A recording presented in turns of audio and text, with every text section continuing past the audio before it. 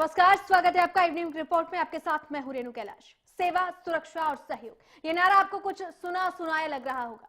जी हां, ये नारा हरियाणा पुलिस का है, जो हमेशा आपकी सेवा, सुरक्षा और सहयोग की बात करती है। लेकिन रेवाड़ी में हुई एक वारदात ने हरियाणा पुलिस के दावों पर एक बड़ा सवाल या निशान खड़ा कर दिया है।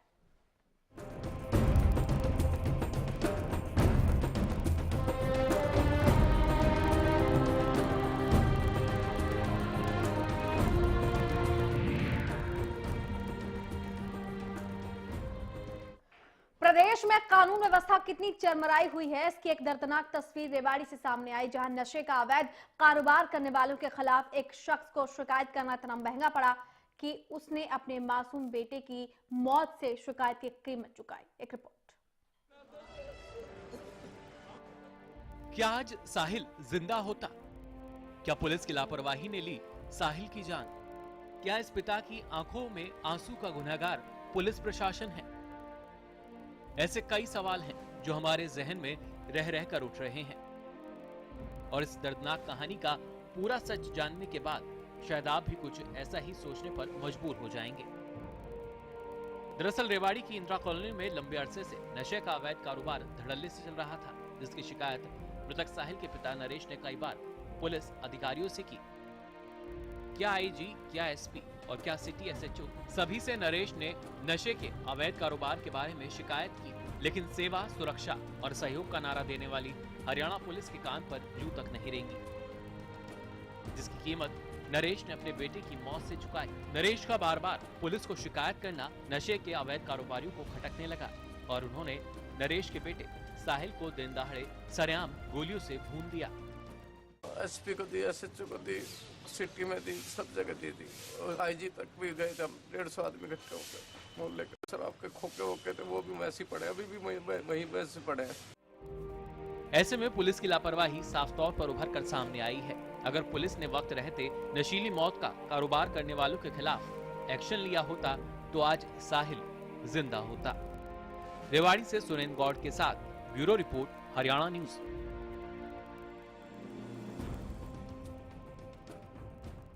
चलिए, हमारे साथ इस वक्त जुड़े हमारे संवाददाता सुरेंद्र गौड़, उनसे बातचीत कर लेते हैं। सुरेंद्र, वाकई दिल दहला देने वाली ये वारदात, जहां पर पुलिस की संवेदनहीनता एक मासूम बच्चे का गुनहगार साबित हुई है। जी बिल्कुल, इसमें कोई दो राय नहीं कि पुलिस की लापरवाही है कि आज साहिल इस दुनिया में नहीं है। अगर पुलिस तत्परता से कार्रवाई पहले करती तो आज साहिल जिंदा होता। आज साहिल के परिवार ने काफी पुलिस के आगे कई बार शिकायतें की है। लगभग 3 महीने से वो उच्च अधिकारी से लेकर चौकी इंचार्ज तक वो शिकायत लगातार करते रहे हैं, प्रदर्शन करते रहे, लेकिन पुलिस के कानों में जू तक नहीं रहेगी। यही एक कारण है कि बदमाश आज इतने बेखौफ हो गए कि उन्होंने सरेआम उन छोटे से युवक पर जो है गोली मारकर उसकी हत्या कर दी। बिल्कुल सुरेंद्र, शुक्रिया फिलहाल हमसे जुड़ने के लिए, तमाम जानकारी के लिए आपका। लेकिन इस वक्त साहिल के पिता हमारे साथ जुड़ चुके हैं, नरेश जी हमारे साथ जुड़ चुके हैं। नरेश जी, जाहिर सी बात है इस वक्त जो आपकी भावनाएं हैं वो हम समझ सकते हैं, लेकिन सबसे बड़ा और अहम सवाल मैं आपसे ये जानना चाहूंगी, आखिरकार शिकायत आपने क्या की थी और किस बाबत ये पूरा का पूरा जो घटनाक्रम है वो सामने आया, विस्तार से हमें बताएं। मैडम, ऐसा था, पहले हमारे बिल्कुल घर के सामने उन्होंने ना पहले शराब मीट की दुकान करी थी। हेलो जी, सुन पा रहे हैं, आप बताएं। हाँ जी, मीट की दुकान करी थी पहले। फिर धीरे धीरे वो दुकान जब जम गई उनकी मीट की, तो मोहल्ले वालों ने सोचा चलो मीट का ही काम कर रहा है, हमें क्या प्रॉब्लम है। फिर वो शराब वगैरह बेचने लगे, सुल्फा, गांजा, जो भी नशीला सामान था वो बेचते थे वहाँ पे लोग। कई बार सियाई ने भी रेड मारी, वहाँ सब कुछ करा। फिर हमारे भी बच्चे घर के सामने खड़े होते थे तो हमारे बच्चों को पकड़वा दे, पुलिस पकड़ ले जाती थी कि तुम्हारा ही काम है ये, तुम्हारा ही सब कुछ है। पूरी चौकी को सबको पता था कि हाँ ये काम होता है। ठीक, फिर उसके लिए हमारे पूरे मोहल्ले वासी इकट्ठे हो गए, वो गाली गलौज करने लगे तो मोहल्ले वाले बोले भी ऐसे तो नहीं होने देंगे हम। तो फिर उन्होंने सारे मोहल्ले वाले इकट्ठे हो गए, तो उन्होंने कहा जी हम अपने यहाँ शराब ये नहीं बिकने देना चाहते। तो हम यहाँ एसपी से भी शिकायत करी, चौकी में, सिटी में, सीटीएम से, डीसी साहब से, आईजी से, सभी से मतलब शिकायतें हम करते गए 3 महीने से, लेकिन पुलिस ने वो आज तक भी उनके लकड़ी के खोखने ऐसी चीज वहीं के वहीं पड़े हुए हैं, आज तक भी नहीं उठ पाए जी। जैसे हैं। जी नरेश जी, क्या आपने कहा कि पूरा का पूरा जो आपका मोहल्ला था वो एकजुट था, क्या आपने नामजद किसी के खिलाफ आपने शिकायत की थी? हाँ जी बिल्कुल, उनके नाम थी जो शराब का मीट का जो काम करते थे वहाँ पे, इनका जो भी नशीले चीजों का, उन्हीं के नाम से शिकायतें जा रही थी। फिर दूसरा, हमारे जो बच्चे ड्यूटी करने जाते थे फिर उनको भी धमकी देने लगे जब उनका काम बंद हो गया। उनकी भी हाजिरियों पे जाने लगे। मेरी हाजिरी का तो ऊपर मैं सफाई सुपरवाइजर हूँ नगर परिषद में, मेरी भी हाजिरियों पे बाइकों पे 2-2, 3-3 आदमी आते थे मेरी लेबर से, जो मेरे नीचे काम करते हैं सफाई वाले। वो किसी से भी, मैं पुलिस से कहा कि आप किसी से भी पूछ लो, वही बता देंगे कि हाँ नरेश को ढूंढने आते थे, नहीं आते थे। लेकिन इत्तेफाक से मैं आमना सामना नहीं हुआ, मेरे बच्चे का हो गया कल। नरेश जी बिल्कुल समझ सकते हैं हम आपकी भावनाएं, और वाकई इस वक्त जो बातचीत है वो भी खैर मेरे लिए भी बहुत मुश्किल हो रही है, लेकिन समझना ये चाहेंगे नरेश जी, आपने कहा कि तमाम पुलिस के अधिकारियों से भी आपकी बातचीत हुई और आपने जो आईजी स्तर तक वहां तक गुहार लगाई है, क्या रवैया रहा पुलिस प्रशासन का? पुलिस का रवैया कुछ नहीं रहा जी, जैसे एक महीने ना वो काम बंद कर दिया उन्होंने। फिर उन्हीं के गैंग का एक लड़का आके हमारे मोहल्ले में गाली गलौज करने लगा। उस दिन हमारे गेस्ट आए हुए थे। मैं बोला यार हमारे मेहमान आए हैं, तू जा यहाँ से। तो वहां से जब और गाली बोला, मैं गोली मार दूंगा, मैं ये कर दूंगा। तो मोहल्ले के कुछ लड़के आगे, उसने बोला भाई किसके गोली मार देगा, यहाँ पे वो अकेला 5-6 पीछे खड़े हुए थे दीवार। रेलवे के बाउंड्री पड़ती है, रेलवे के डेड क्वार्टर घोषित कर रखे हैं, उन्हीं के अंदर वो कारोबार करते थे सामने। तो उन्होंने मोहल्ले के 2-4 लड़कों ने उसके मारपीट दिया, वो जाके एडमिट हो गया। उन्होंने हमारे ही बच्चों को, पुलिस वालों ने हमारे ही बच्चों के नाम केस मुकदमा बना दिया जी। अच्छा नरेश जी, तो आपको लगता है कि इसमें पुलिस की मिलीभगत भी थी क्या? हाँ जी, पुलिस की मैडम साफ जाहिर होता है जब पुलिस वालों को नहीं पता होता कहाँ पे शराब बिक्री, कहाँ कुछ है। जब हम इतनी दरखास्त दे रहे हैं, हर जगह दे रहे हैं, आईजी साहब के पास गए, आईजी बोले जी पहले आप अरेस्टिंग करवाओ। आईजी साहब ने वहां से उसका आईओ ने, आईजी ने तो बाद में मिला, पहले उसका कोई आईओ असिस्टेंट था या क्या, उसने फोन करके पूछ लिया भाई आपके यहाँ से ये आदमी आए हुए हैं यहाँ। तो बोला जी ये शराब वाले हैं, ना तो मैं उनको शराब बेचने दूंगा ना इनको बेचने दूंगा। तो ये कोई जवाब नहीं हुआ। अगर हमें शराब बेचनी होती हम ही क्यों शिकायत लेके जाते वहाँ? बिल्कुल, शिकायत करता ही आप हैं और आपको ही कई बार दोषी माना गया। नरेश जी बिल्कुल समझ सकते हैं हम आपकी बात को, लेकिन क्या जिस तरह से आपको धमकियां दी जाती है और जिस तरह से आप कह रहे थे कि आपको भी ढूंढ कर मारने की कोशिश लगातार लोग करते रहे, क्या इसकी भी शिकायत आपने की थी? सफाई कर्मचारी लग रहे हैं, वो किसी से भी तफ्तीश की जाए।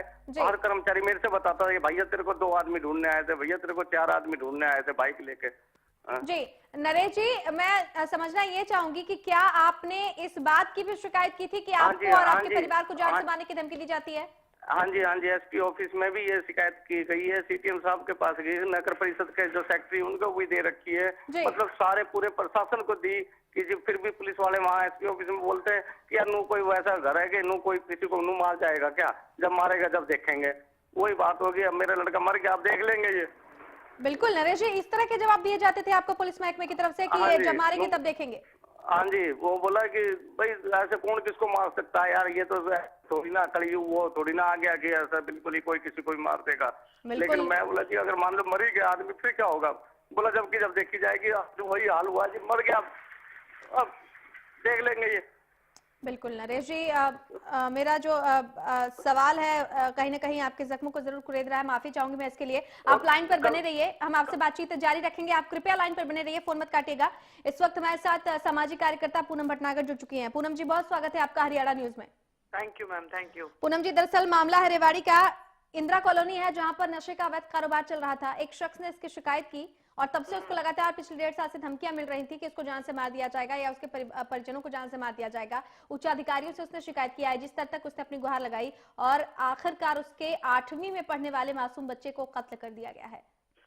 मैम बहुत दुखद घटना है, क्योंकि देखिए मैं ये मानती हूँ कि अभी भी लॉ एंड ऑर्डर की सिचुएशन वास्तव में हरियाणा में बहुत खराब है और इस स्थिति को अगर नहीं सुधारा गया तो बहुत ज्यादा परेशानी खड़ी हो सकती है। क्योंकि देखिए ना, अगर कोई शिकायत भी करता है तो उसके बच्चे को मार दिया जाता है। बिल्कुल। तो ये कितनी दुखद बात है कि आज हम अपनी स्टेट में भी सेफ नहीं है। तो कहीं ना कहीं खट्टर सरकार को ये देखना पड़ेगा कि किस तरीके से लॉ एंड ऑर्डर को मजबूत किया जाए, क्योंकि अगर इस तरह से जाने जाती रहेंगी तो एक आम आदमी अगर किसी चीज को सुधारना भी चाहे तो वो नहीं सुधार पाएगा जी। तो ये हम सबकी भी जिम्मेवारी बनती है कि अगर इस तरह की कोई घटना कहीं भी होती है और कहीं अगर हमें पता चलता है कि कोई गलत काम चल रहा है, तो हमें देखिए फर्ज तो यही बनता है कि हमें उसे रोकने के लिए आगे आना चाहिए। पर अगर इस तरह की घटना होती रहेगी और किसी बच्चे की जान जाएगी तो शायद ही कोई आगे बढ़ेगा और इस तरह की रोकने की हिम्मत कर पाएगा। बिल्कुल, लेकिन पूनम जी यहाँ पर सेवा, सुरक्षा और सहयोग की बात करने वाली पुलिस इतनी संवेदनहीन रही।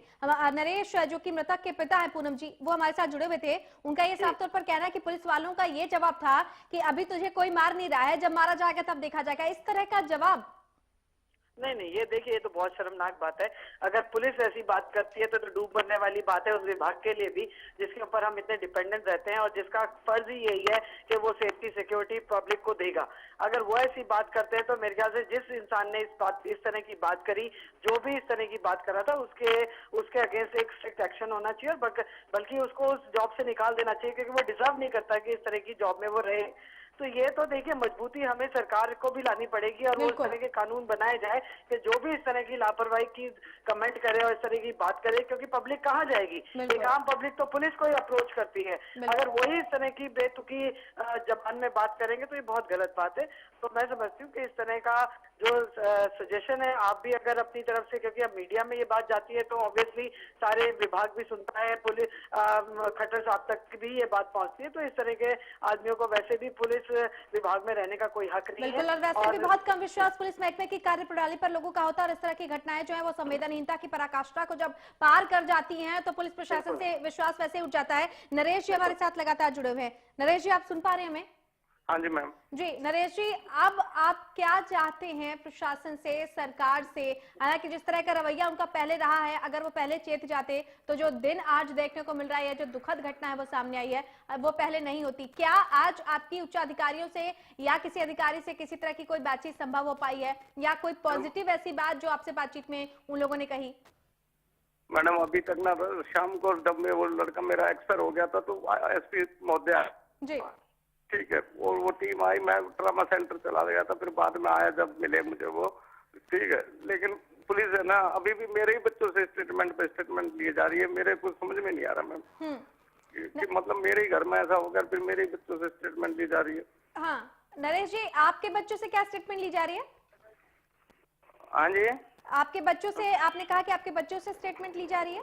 हाँ जी, वो यही है, वो यही कहे जी बार बार मेरे बच्चों को कि भाई नरेंद्र तू बता, तेरा तू कहाँ था, वो कहाँ था। मैंने बताया, मैडम मेरी उसकी मदर जो है बाजार गई हुई थी, मैं मोहल्ले में ही एक दुकान पे था, 10 मिनट का मात्र समय लगा, बस 10 मिनट में ही सब कुछ हो गया जी। मेरा लड़का उसे बोला, पापा भाई को गोली मार के 3 आदमी आए थे, बाइक पे चद्दर ओढ़ रखी थी।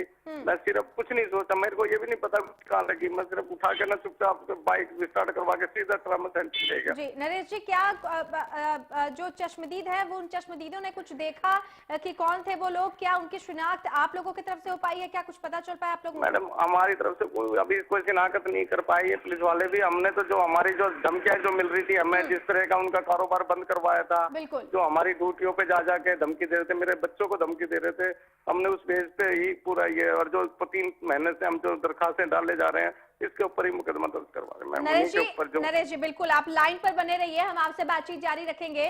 पूनम भटनागर जी, आपसे हम बातचीत जारी रखेंगे। वक्त एक छोटे से ब्रेक का है, यहाँ पर मजबूरी है ब्रेक लेना। ब्रेक के बाद भी आप लोगों से हम बातचीत जारी रखेंगे। जल्द लौट रहे हैं।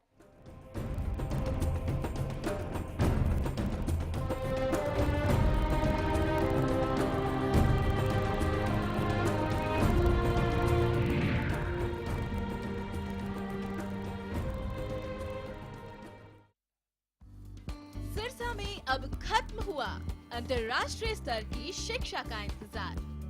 MDLR ग्रुप लेकर आए हैं MDK इंटरनेशनल स्कूल। हरियाणा के हरित क्षेत्र सिरसा में विश्व स्तरीय शिक्षा की खास पहचान।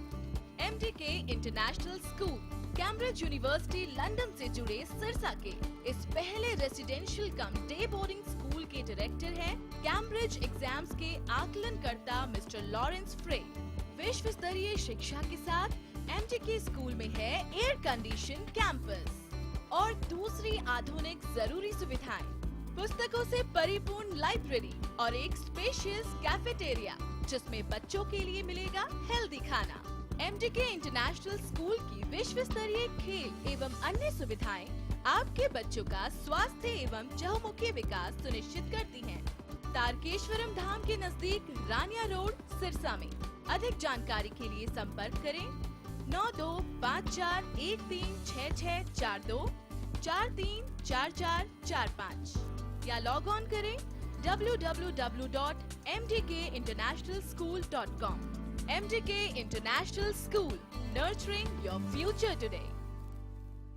हरियाणा फ्रेश शुद्ध घी का नाम बड़ा, शुद्धता की कसौटी पर खरा, घर के घी जैसा स्वाद मन भाए, जो भी खाए तंदुरुस्ती पाए।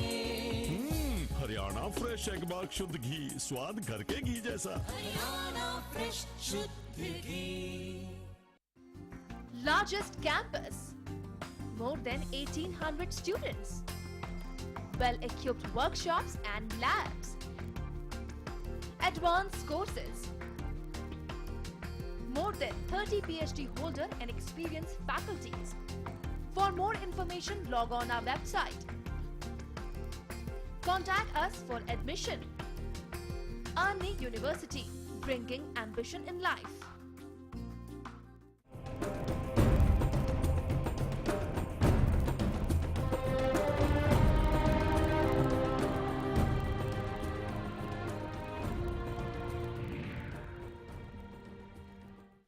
ब्रेक के बाद एक बार फिर से आपका स्वागत है। इवनिंग रिपोर्ट में आज हम बात कर रहे हैं शिकायत पर सजाए मौत की। रेवाड़ी केंद्रीय कॉलोनी में नशे का अवैध कारोबार करने वाले के खिलाफ शिकायत करने पर एक मासूम की हत्या कर दी गई। दरअसल इस मासूम के पिता ने शिकायत की थी इन तमाम कारोबारियों की और उसके बाद उनको लगातार धमकियां मिलती रही और उस धमकी की जो दुखद परिणति है वो ये हुई कि उसके 8वीं में पढ़ने वाले एक मासूम बच्चे को गोली मारकर मौत की नींद सुला दिया गया। हमारे साथ खुद मृतक साहिल के पिता नरेश जी लगातार जुड़े हुए हैं और हमारे साथ सामाजिक कार्यकर्ता पूनम भटनागर जुड़ी हुई हैं। पूनम जी, अब चूंकि सामाजिक कार्यकर्ता हैं, आप इस तरह के मामलों में आप सक्रिय रहती हैं कि जिस तरह से जो पीड़ित परिवार है उसको न्याय मिले। मामला चूंकि आपके संज्ञान में है, क्या ये कोशिश आपकी तरफ से होनी चाहिए कि पुलिस प्रशासन और जो उच्च अधिकारी हैं उनसे मिलकर इस पूरे मामले की तह तक जाकर उन कम से कम अपराधियों और ऐसे पुलिस कर्मियों के खिलाफ भी शिकायत और कार्रवाई की जानी चाहिए जो इस पूरे मामले में संवेदनहीन बने रहे हैं? देखिए, मैं बिल्कुल कोशिश करूंगी और मैं राहुल इंद्रजीत जो वहाँ से बिलोंग करते हैं और एमपी हैं हमारे गुड़गांव जिला के, बिल्कुल पूनम जी, पूनम जी यहाँ रोकना चाहूंगी आपको, रोकना चाहूंगी इसलिए क्योंकि एसएचओ रेवाड़ी इस वक्त हमारे साथ जुड़ चुके हैं। मित्र सेन जी हमारे साथ जुड़ चुके हैं। मित्र सेन जी, सवाल ये है, काफी लंबे अरसे से जो साहिल था बच्चा जिसकी हत्या कर दी गई है, उसके पिता को धमकियां दी जाती रही। आप लोगों की तरफ से यह कहा गया कि जब घटना घट जाएगी उसके बाद देखा जाएगा। इस तरह की संवेदनहीनता आप लोगों की तरफ से बरती गई और इसकी परिणति ये हुई कि एक बच्चे की हत्या कर दी गई। मैडम, इनके खिलाफ दूसरी पार्टी ने मुकदमा दर्ज करा रखा है। इनका आपस में झगड़ा चला हुआ है जी। और इनके बड़े वाले लड़के को गिरफ्तार भी किया गया है पीछे। 349 नंबर केस है इनके खिलाफ जी। किस बाबत केस है मित्र सेन जी? ये लड़ाई झगड़े का है जी। क्या घरेलू झगड़े का केस है? नहीं, 148-49 इन्होंने दूसरी पार्टी के ऊपर अटैक किया था जी। क्या आपको इस बात की जानकारी है कि नशे का कारोबार करने वाले कारोबारियों के खिलाफ इन्होंने शिकायत की थी? ऐसी नशे की नहीं है जी कोई बात। ये बात तो इनके आपसी झगड़े की है जी, झगड़ा। मित्र सेन जी, आपको दुरुस्त करना चाहूंगी, काफी लंबे अरसे से अवैध कारोबारियों के खिलाफ इन्होंने शिकायत की थी। आईजी स्तर पर ये गए थे और उसके बाद इनको प्रताड़ित करने का सिलसिला शुरू हुआ है। मैडम, ये अभी तो इन जो नाम दिए हैं वो दूसरी पार्टी है जिसके साथ झगड़ा हुआ है। उस पार्टी के खिलाफ उस पार्टी के खिलाफ आपको ये नहीं लग रहा कि आप एक ही पार्टी पर ज्यादा जोर दे रहे हैं कि इनके खिलाफ ये मामला है? इस पक्ष ने अपना बेटा भी खोया है मित्र सेन जी। आपको यहाँ दुरुस्त करना चाहूंगी, अगर आप ये कह रहे हैं कि इस पार्टी ने उस पार्टी पर अटैक किया, लेकिन एक ऐसा शख्स जो कि जान की गुहार लगा रहा है और जिसके मासूम बच्चे की मौत हो गई, वो अटैक कर सकता है। मैडम, इस संबंध में भी जांच चल रही है। ये देखो, अभी तक कोई, इन्होंने कहा कि अज्ञात आदमी आए हैं, अज्ञात आदमी आए हैं। नरेश जी हमारे साथ लगातार बने हुए हैं सचिव साहब, मैं उन्हीं से आपकी बात करा देती हूँ। नरेश जी, क्या आपने अज्ञात लोगों के खिलाफ शक जताया है या आपको ये पुख्ता यकीन है कि जिन लोगों के खिलाफ आपने शिकायत की है उन्होंने इस पूरी घटना को अंजाम दिया है? नरेश जी, आप सुन पा रहे हैं हमें? चलिए, लगता है कि नरेश जी से संपर्क नहीं हो पाया, हम दोबारा संपर्क करने की कोशिश करेंगे। लेकिन मित्रसेन जी, सवाल मेरा आपसे ये है कि जब लगातार एक इंसान जान की गुहार लगा रहा था, उस वक्त कोई प्रोटेक्शन उसको प्रदान क्यों नहीं किया गया? मैडम, झगड़े का है इन्हीं जो ये लोग हैं, इन्हीं का एक लड़का अरेस्ट हुआ है, इनने दूसरी पार्टी पे अटैक किया था जी। मित्रसेन जी, आप एक ही पक्ष की बात क्यों कर रहे हैं? आप एक ही पक्ष की बात क्यों कर रहे हैं कि इन लोगों ने अटैक किया था? जिसकी जिंदगी गई है, आप उस पक्ष की तरफ भी ध्यान दीजिए। आज जो इन लोगों ने खोया है, आप पिछली बातों को लेकर दोहरा रहे हैं कि अटैक किया गया था, अटैक किया गया था। यहाँ मर्डर हुआ एक शख्स का, एक बच्चे का, यहाँ पर उसकी हत्या की गई। आप उस तरफ ध्यान क्यों नहीं दे रहे हैं? उस पे भी दे रहे हैं जी, उसी की तो जांच के लिए बुला रखे हैं जी। क्या कमाल के जवाब आप दे रहे हैं सच्चो साहब कि अब उसी पर ध्यान दिया जा रहा है। जब हिफाजत की गुहार लगाई थी इस शख्स ने, तब आप लोगों ने प्रोटेक्शन उसको मुहैया क्यों नहीं कराई? जी मित्रसेन जी, जवाब चाहिए। जी जी जी मित्रसेन जी, जवाब दीजिए। मैडम, वहीं पे चौकी है हमारी, सारी पुलिस तैनात है और उसी चौकी के सामने वहीं पर तैनात है और वहीं पर हत्या हो गई। इसकी जांच की जा रही है जी, जांच की जा रही है इसकी। मित्रसेन जी, जांच हर मामले की जाती है। मृतक के पिता नरेश जी हमारे साथ जुड़े हुए, उनसे आपकी बातचीत करा देती हूँ मैं। नरेश जी, आप सुन पा रहे हैं हमें? हाँ जी, हाँ जी। नरेश जी, एसएचओ साहब जुड़े हुए हैं, वो ये कह रहे हैं कि आप लोगों के खिलाफ दूसरे पक्ष ने मुकदमा दर्ज करवाया कि आप लोगों ने उस पक्ष पर अटैक किया और आप लोगों का दोष इस पूरे मामले में ज्यादा था। और दूसरी सबसे बड़ी बात वो ये कह रहे हैं कि आपने कोई शिकायत इस बाबत पहले नहीं की थी कि नशे का कारोबार करने वालों ने आपको हमारे पास जितनी भी शिकायतें करी है ना, सबकी हमने कॉपियां है हमारे पास। बिल्कुल सबकी, बिल्कुल। मित्रसेन जी, हाँ जी, मित्रसेन जी, तमाम जो शिकायतें की गई हैं इस पक्ष की तरफ से, उसकी कॉपियां हैं उनके पास? हाँ जी जी जी। तो अब आप क्या कहेंगे? आपने कहा कि इस पक्ष पर जो है वो नामजद मुकदमा दर्ज है, जबकि आपने कहा कि अज्ञात लोगों के खिलाफ इन लोगों ने शिकायत की है। शिकायत की प्रति भी इनके पास अवेलेबल है? मैडम, एसपी साहब की भी है, आईजी साहब की भी है, सीटीएम साहब, डीसी साहब। हाँ बिल्कुल नरेश जी, मैं जवाब दे रही हूँ मित्रसेन जी से। मित्रसेन जी, जवाब दें। हाँ जी, हाँ जी। मैडम, जो भी है उन्हीं मामलों की सबकी जांच उच्चाधिकारियों तक चल रही है मैडम। मित्रसेन जी, आप क्या कहने की कोशिश कर रहे हैं? मित्रसेन जी, क्या आप जवाब देंगे? मित्रसेन जी, क्या आप जवाब देंगे? जवाब नहीं देंगे क्योंकि आप जवाब देने के लायक ही नहीं है। साफ तौर पर जो पुलिस की कार्यप्रणाली है, जिस वजह से एक मासूम बच्चे की जान गई है, आपके जिस तरह के जवाब रहे हैं और जो आपका रवैया रहा है, वो साफ तौर पर यहाँ पर बता रहा है कि आप एक पक्ष को लेकर ज्यादा बायस्ड हैं। एक बच्चे की मौत हो जाती है और आप कहते हैं कि इस पक्ष पर जो है अटैक करने का मामला दर्ज था। तो आप कहने की ये भी कोशिश करना चाहते हैं कि अगर किसी पक्ष में आपसी कलह होती है और उस पर मुकदमा दर्ज किया जाता है और अगर वो खुद जान की गुहार लगाता है तो आप उसे प्रोटेक्शन मुहैया नहीं करा सकते हैं। पूरे प्रदेश की जनता ने साफ तौर पर ये देखा है जिस तरह का रवैया रहा है सच्चो साहब का। हमारे साथ सामाजिक कार्यकर्ता जुड़ी हुई है पूनम जी, आपने सुना पूरी बातचीत को? पूनम, आप सुन पा रही हैं हमें? चलिए, लगता है कि संपर्क टूट गया, लेकिन नरेश जी हमारे साथ लगातार बने हुए। नरेश जी, आप सुन पा रहे हैं हमें? हाँ जी मैम। जी नरेश जी, जिस तरह का रवैया रहा वो साफ तौर पर हमें भी पता चल गया कि क्या पुलिस का रवैया यहाँ पर रहा है। एक पक्ष को लेकर ज्यादा यहाँ पर बायस्ड दिखाई दे रही है, एक तरफा। मुझे भी ऐसा लगा कि ये प्रणाली जो है एक तरफा है। खैर, इस पूरे मामले की जो शिकायत है वो जरूर उच्च अधिकारियों से की जाएगी। हम अपनी तरफ से भी ये कोशिश करेंगे कि ये पूरा का पूरा मामला उच्च अधिकारियों के संज्ञान तक पहुंचे। फिलहाल मेरा आपसे आखिरी सवाल ये है कि इस मंच के जरिए आप क्या चाहते हैं, क्या दरकार है आप? मैडम, मैं सिर्फ इतना चाहता हूँ, इन्होंने ये मुझे कहा है कि उनकी गलती थी। आप एक बार बताओ, मेरे मोहल्ले में हमारे घर के आगे आके कोई हमारे को गाली देता है, गोली मारने की धमकी देता है, तो हम क्या करें? उस टाइम पुलिस को, जिस टाइम ये झगड़ा हुआ, मैंने 13 बार 100 नंबर को कॉल करी थी, 13 बार, लेकिन पुलिस नहीं आई। अगर पुलिस आ जाती तो वहाँ विवाद नहीं होता। विवाद नहीं हो गया थोड़ा सा, तो उसमें हमारे बच्चों के नाम मतलब मुकदमे बना दिए इन्होंने। और फिर बाद में आईजी साहब भी कहती है कि भाई आपने अपने बच्चों की रजिस्ट्रिंग करवाओ, अपनी जमानत कराओ, बाद में देखेंगे हम जो करना है फिर।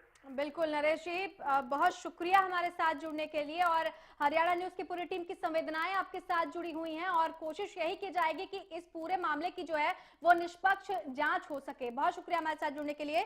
तमाम मेहमान जो हमारे साथ जुड़े हुए थे उनका भी बहुत शुक्रिया। पूनम जी आपका भी बहुत शुक्रिया।